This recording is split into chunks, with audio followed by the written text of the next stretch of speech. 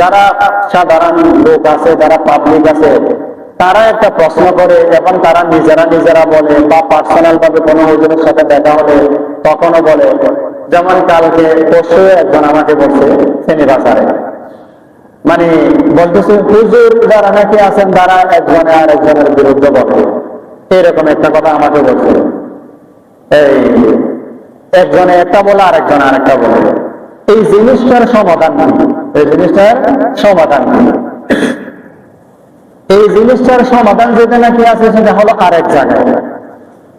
কোন হুজুরে সঠিক বলেছেন, কোন হুজুরে সঠিক বলেননি, এই জিনিসটা বোঝার জন্য নিজের ভিতরে সেই ধরনের জ্ঞান থাকতে হবে। সঠিক বিবেচনা করার জন্য নিজের কাছে সঠিক জ্ঞান থাকতে হবে না, সঠিক জ্ঞান থাকতে হবে। তাহলে এই সঠিক জ্ঞানটা আমার কাছে নাই, এই সঠিক জ্ঞানটা আমার কাছে নাই। অথচ রাসূলুল্লাহ সাল্লাল্লাহু আলাইহি ওয়াসাল্লাম হাদিস শরীফের মাধ্যমে এই কথা স্পষ্টভাবে বলে দিয়েছেন। قال رسول الله صلى الله عليه وسلم طلب العلم فريضة على كل مسلم وفي رواية مسلمة প্রত্যেকটা মুসলিম নরনারীর উপরে ইলমে দ্বীন যেটা নাকি আছে সেটা শিক্ষা গ্রহণ করা সেটা ফরজ। সেটা কি ফরজ? এই শিক্ষা গ্রহণ করা যেটা ফরজ ছিল, ওই ফরজটা আমি পালন না করার কারণে ওই হুজুরদের মধ্যে কে সঠিক বলেছে কে সঠিক বলেনি সেটা আমি কি করতে পারি নাই, পার্থক্য আমি করতে পারি নাই। তাহলে দোষটা কি হুজুরদের নাকি প্রত্যেকের নিজের? আমরা কথা বুঝতে পারছি? দোষটা কি হুজুরদের নাকি আমরা প্রত্যেকের নিজের দোষ? কারণ এটা তো এই ফরজটা তো কোনো আলেমরা বানিয়ে বলে নাই। প্রত্যেকের ইলম শেখা, দ্বীনি ইলম শেখা এটা যে ফরজ, এই কথাকে আলেমরা নিজের থেকে বলেছেন না, সেটা আল্লাহর নবী আল্লাহর পক্ষ থেকে সেই নির্দেশ।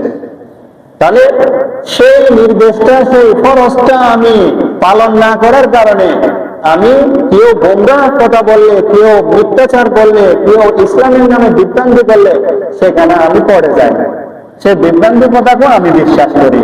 আবার কেউ যদি সে বিভ্রান্তি কথার যদি প্রতিবাদ করে তখন আমি বলি যে কিরে, ওরে তো দেখতে হুজুরের মতো মনে হয়েছে, ও একরকম বললো আবার এই হুজুর আর একরকম বললো কেন?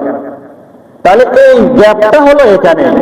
আমার উপরে যেটা ফরজ ছিল সেই ফরজটা আমি কি করি নাই, পালন করি নাই, সেই ফরজটা আমি আদায় করি নাই। যার কারণে কোন হুজুরের সঠিক বলে কোন হুজুরের সঠিক বলে না সেটা আমি নির্ণয় করতে পারি না। তাহলে এটা আমাদের মনের মধ্যে একটা সংশয়, মনের মধ্যে একটা প্রশ্ন, এটা আমাদের মধ্যে আছে। সেই প্রশ্নের উত্তরটা আমি দিলাম। বিভিন্ন জায়গার মধ্যে আমাদের কাছে সেই কথাটা বারবার বলা হয়। এবং ইলম এটা যে শিক্ষা ফরজ, এটার জন্য কোনো নির্দিষ্ট বয়স নেই। এটার জন্য নির্দিষ্ট কোনো বয়স আছে? আবু বকর সিদ্দিক রাদিয়াল্লাহু তাআলা আনহু কি জন্মগত মুসলিম নাকি কাফের থেকে মুসলমান হয়েছে?